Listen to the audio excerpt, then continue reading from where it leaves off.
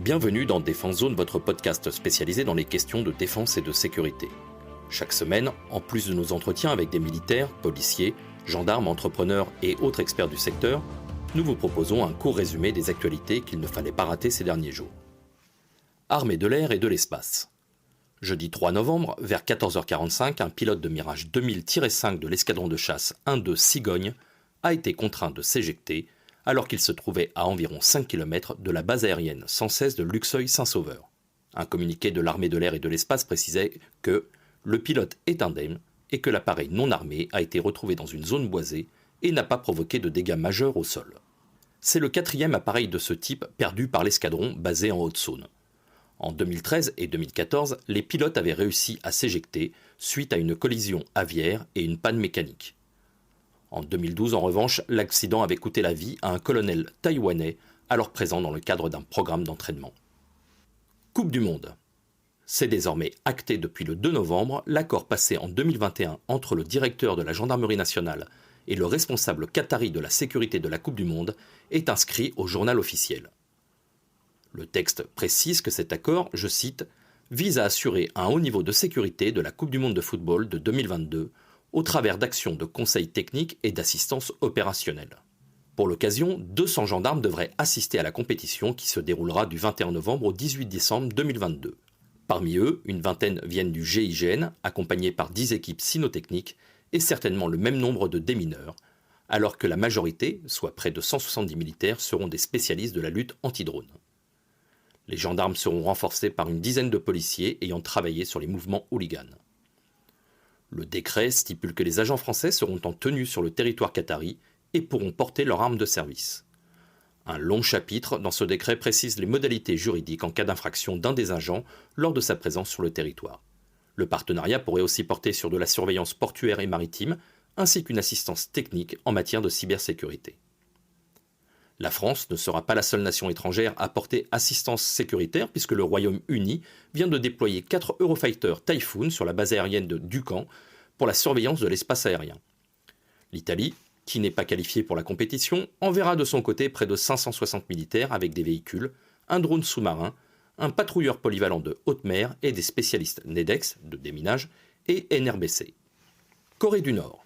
Cette dernière semaine aura marqué encore une fois une nette escalade de tensions entre la Corée du Nord et ses voisins les plus proches. Mercredi 2 novembre, 23 missiles ont été tirés, dont un est tombé à proximité des eaux territoriales sud-coréennes. Cette dernière a aussitôt répliqué en lançant 3 missiles en direction de la mer. La veille, 3 missiles balistiques nord-coréens avaient été tirés, l'un d'eux avait franchi la ligne de limite du Nord, qui marque la frontière maritime entre les deux pays. Ce tir, le premier aussi près des eaux territoriales depuis la guerre de Corée en 1953, avait provoqué un niveau d'alerte jamais atteint et même contraint les habitants de l'île de Ulleungdo, à 120 km à l'est de la péninsule sud-coréenne, à se réfugier dans des bunkers. Jeudi 3 novembre, Pyongyang a renouvelé ses provocations avec un nouveau tir, dont un missile balistique intercontinental. Le lancement de ce dernier aurait apparemment échoué lors de la séparation du 2e étage, après avoir néanmoins franchi 760 km. Ces derniers tirs auraient déclenché une alerte dans le nord du Japon. Face à ces provocations du leader Kim Jong-un, l'armée de l'air sud-coréenne a décidé de prolonger ses exercices aériens, les plus importants jamais organisés avec les États-Unis, qui ont débuté le 31 octobre dernier. Marine nationale. Jeudi 3 novembre à 12h30, au son du célèbre bagad de Longbiway, la 10e et dernière frégate multimission, FREM baptisée Lorraine, a quitté les chantiers de Naval Group de Lorient. Il aura fallu plus de 3 millions d'heures pour construire le navire de 142 mètres de long pour un déplacement de 6000 tonnes. Tout comme sa grande sœur, l'Alsace, la Lorraine sera principalement dédiée à la lutte antiaérienne. Pour cela, elle sera armée du système Silver A50 manageant 16 missiles Aster 15 et 16 Aster 30, auxquels il faut ajouter des missiles Exocet MM40 Block 3, une tourelle de 76 mm et 2 canons téléopérés Narval de 20 mm construits par Nexter. 8e de cette série, la Lorraine garde cependant ses capacités de lutte anti-sous-marine grâce notamment au sonar remorqué Captas 4 de chez Thales, dont les performances sont reconnues par les plus grandes marines internationales. Les capacités de défense antiaérienne de la frégate permettront d'assurer la protection du groupe aéronaval du porte-avions Charles de Gaulle lors de ses futurs déploiements. Selon le chef d'état-major de la marine, l'amiral Pierre Vandier, l'arrivée de la Lorraine dans les forces assure la régénération de la colonne vertébrale de la marine qui est, je cite, totalement renouvelée et dotée dorénavant de 15 frégates de premier rang modernes. Comme la tradition le veut, 21 coups de canon ont été tirés par le bâtiment au passage de l'Armor-Plage avant de prendre la haute mer. La Frème et ses 94 membres d'équipage devraient rejoindre Toulon, son futur port d'attache, le 10 novembre prochain. Suède.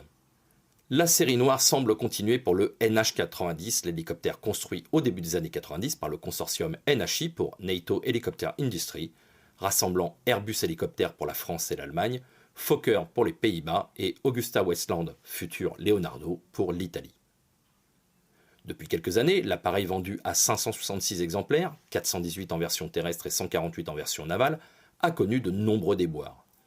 En cause, des coûts de maintenance très élevés, des pièces de rechange qui peinent à être livrées, des problèmes de corrosion sur la version marine et des taux de disponibilité très faibles.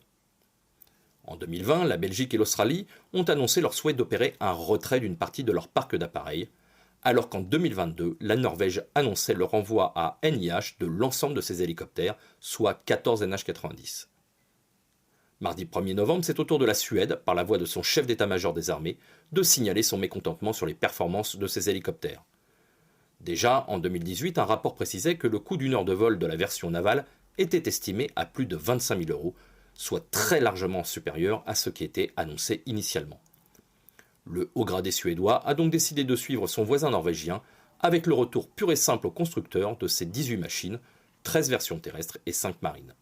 C'est l'industriel américain Sikorsky avec son UH-60 Black Hawk qui devrait très certainement remporter le marché pour équiper les forces terrestres. La marine, quant à elle, n'a pas encore annoncé le remplaçant des ASM, même si le MH-60, toujours de Sikorsky, fait figure de grand favori. Industrie.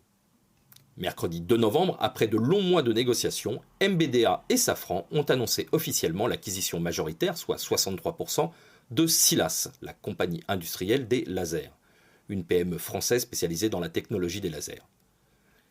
La prise de participation de cette pépite de l'industrie française de pointe, mais en proie à de grandes difficultés financières depuis la crise du Covid, avait valu une bataille fratricide entre plusieurs grands groupes. En juin 2021, Lumibird, une ETI bretonne, avait réussi à racheter 37% du capital de Silas à Areva, deuxième actionnaire derrière Ariane Group, au nez et à la barbe de Safran, qui souhaitait à l'époque pourtant revenir en force dans la filière des activités laser qu'elle avait abandonnée en 2011. Mais aujourd'hui, dans le cadre de sa nouvelle stratégie de croissance dans les activités souveraines et de l'importance que les armes laser prennent désormais dans la politique d'équipement de la défense, notamment dans la lutte anti-drone, Safran et MBDA ont réussi à s'associer dans une société conjointe créée pour l'occasion et baptisée HMS Laser. Le rachat des 67% des parts d'Ariane Group s'élèverait entre 50 et 100 millions d'euros. Le consortium a dû attendre l'avis de la Direction générale de la concurrence de la Commission européenne, saisie par d'autres entreprises qui craignaient que ce rachat place HMS en situation de quasi-monopole.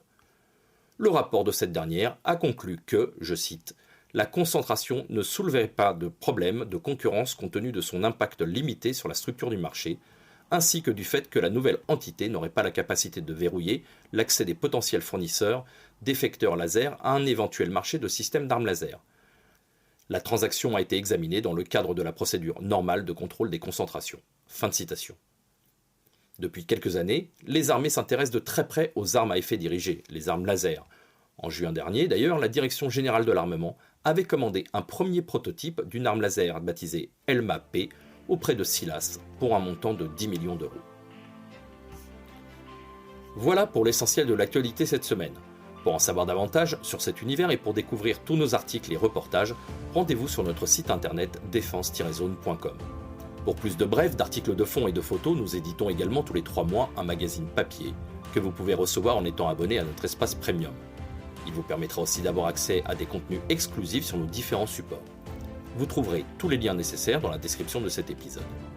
En attendant, nous vous souhaitons une bonne journée et nous vous donnons rendez-vous la semaine prochaine pour un nouveau résumé de l'actualité des forces de défense et de sécurité.